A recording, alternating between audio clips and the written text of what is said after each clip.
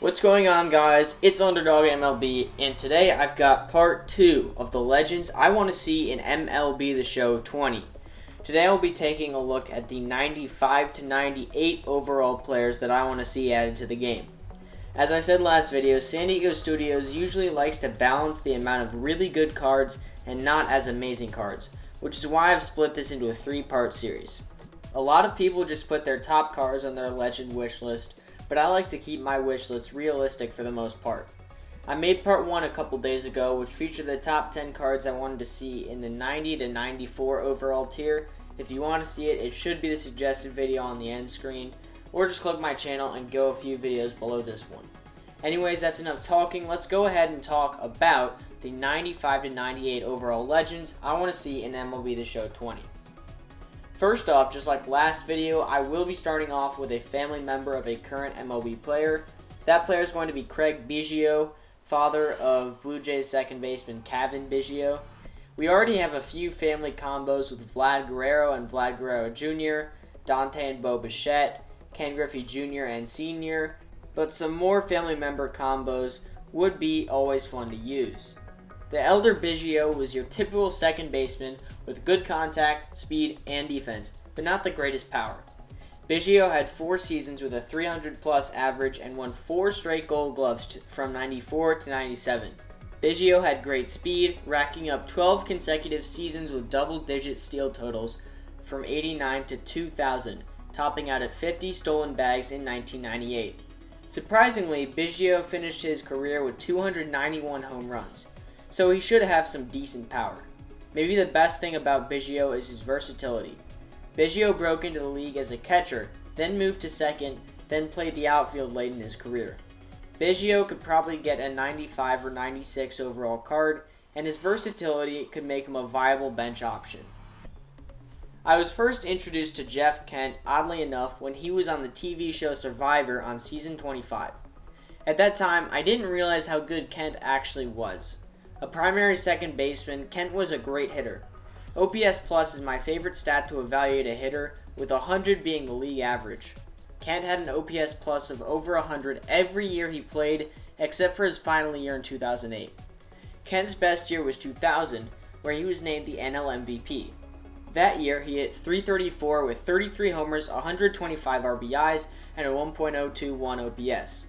Kent struggled in the field, finishing his career with a -52 defensive runs saved at second, with 0 being average. Kent could get a 95 overall card, with good power for the second base position. As I said in my last video, reliever legends are pretty hard to come by in MLB The Show. Last video I suggested 2 relievers in the lower tier, and today I'll be talking about Francisco Rodriguez, better known as K-Rod. Rodriguez is currently the single-season saves leader of all time, which he set in 2008 with 62 saves. During a 5-year stretch from 04 to 08, K-Rod had a combined .223 ERA and a .200 ERA+, which means he was 100% above league average for those 5 years. He had an average K9 of 12 during that period, topping out at 13.2 in 2004. He was pretty wild, walking 4 batters per 9 innings in that 5-year stretch, which was actually above his career average. K-Rod could probably get a 95 overall card and would add to the legend void that we have in the bullpen. The 1950s Dodgers are already well represented in the MLB The Show with players like Jackie Robinson, Pee Wee Reese, and Duke Snider, but why not add one more? Roy Campanella may be the most underrated catcher as far as legends go, as I haven't heard many people talking about him among all-time greats. Campanella was an absolute goon at the plate, winning 3 MVPs during his short 10-year stint in the MLB. His best year came in 1953, where he hit .312 with 41 home runs, 142 RBIs, and a 1.006 OPS.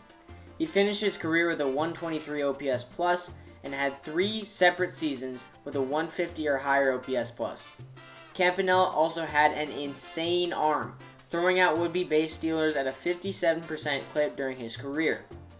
His caught stealing percentage reached as high as 69% in 1951, which compares to the league average that year of 41%. Campanella also should have good vision, as he walked more than he struck out in his career. I could see Campanella getting a 97 or 98 overall card, and he could be in this conversation for top 5 catchers in MLB The Show. The next 3 players are all going to be connected, so I'm going to group them all together. The players that I'm talking about are Burley Grimes, Red Faber, and Dick Rudolph. What connects these 3 players is that they all threw the spitball, a pitch that was banned from the MLB in 1920. The spitball isn't in the game right now, and I'm sure a lot of people would like to keep it that way, as the spitball was a very cheesy pitch with a lot of random movement. It could be compared to the knuckleball, which is already in the game and is very overpowered with its random break. But if SDS does decide to add the spitball to the game, Grimes, Faber, and Rudolph would be some of the best spitballers to add as legends. Burley Grimes should have good stamina as he led the league in innings pitched 3 times. He finished his career with a 3.53 ERA and led the league with a 1.54 ERA plus in 1929. Red Faber had a combined 2.58 ERA from 1914 to 1922, and he led the league in ERA plus twice. Dick Rudolph had a 2.66 ERA in his career and had the best walk per 9 rate in 1916. I don't really know what overalls these players would get, but I think the odds of SDS adding spitballers to the game is low, so this is more of a fantasy rather than a realistic prediction. Rest in peace, Doc. Roy Halladay was unfortunately killed in a plane crash in 2017, but he was a fantastic pitcher when he was in the MLB. Halladay did everything in his career. He should have great stamina as he led the league in innings pitched 4 times and then led the league in complete games 7 times. Halladay was like a fine wine. He just got better with age. Yes, that is definitely my quote. I definitely didn't steal it. But seriously, Halladay only improved as he got older, as from 2008 to 2011, his 31 to 34-year-old seasons, Halladay had arguably his best years, sporting a 2.59 ERA with an insane 1.60 ERA plus, and finished in the top 5 in Cy Young voting all 4 years. Halladay also led the league in strikeout to walk rates each year during that stretch as well. Halladay ultimately won 2 Cy Young awards in 2003 and 2010, and finished with a 1.31 career ERA plus. Halladay may be one of the more likely candidates to be added to next year's game, as earlier this year, Roy's son Braden Halladay made a comment on an MLB The Show Instagram post saying that he would, quote, just need a text. Since Halladay has passed, they would need to get his rights from another family member, and it seems like his son Braden would want to see his dad in the game.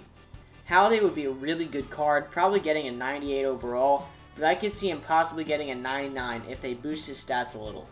Gary Sheffield will be a very fun card to see in MLB The Show 20, as all he did in his career was rake. He had a very long prime, which stretched from 1992 to 2005. During that 14-year span, Sheffield was an all-star 9 times, had a 1,000 or higher OPS 5 times, hit for a .304 combined batting average, and had a 153 OPS plus. Sheffield ended his career with 509 home runs, and actually should have surprisingly decent speed with 253 career stolen bags. The one downside to Sheffield is his defense. Fangraphs has DRS stats on Sheffield from 2002 onward, and Sheffield put up a -34 DRS in the outfield during that period. Sheffield also made over 100 errors while playing third base and shortstop back in the 90s. Sheffield could get a 97 overall card and would be one of the best pure hitters in the game. The last new legend I want to see in the game is Magglio Ordoñez. Ordoñez, like Sheffield, was a great hitter, putting up a .300 batting average in 8 different full seasons. Ordoñez also had good power, topping 30 home runs each year from 1999 to 2002. His best year surprisingly came when he was 33, when he hit an astounding .363 with 28 homers, 139 RBIs, and a 1.029 OPS. Ordoñez finished his career with a 125 OPS plus. Ordoñez did post a -31 career DRS from 2002 onwards, so his fielding wouldn't be great. Overall, I could see Ordoñez getting a good 96 overall card. That wraps up part 2 of my Most Wanted Legends series. I hope you guys enjoyed. If you did, please leave a like on the video to let me know that. and leave a comment of what your most wanted legend would be from this tier of players or any big names that I missed. Make sure to subscribe because part 3 is coming out soon, where I discuss the 99 overall players I want to see in next year's game. Thanks for watching, and I'll see you guys in the next one.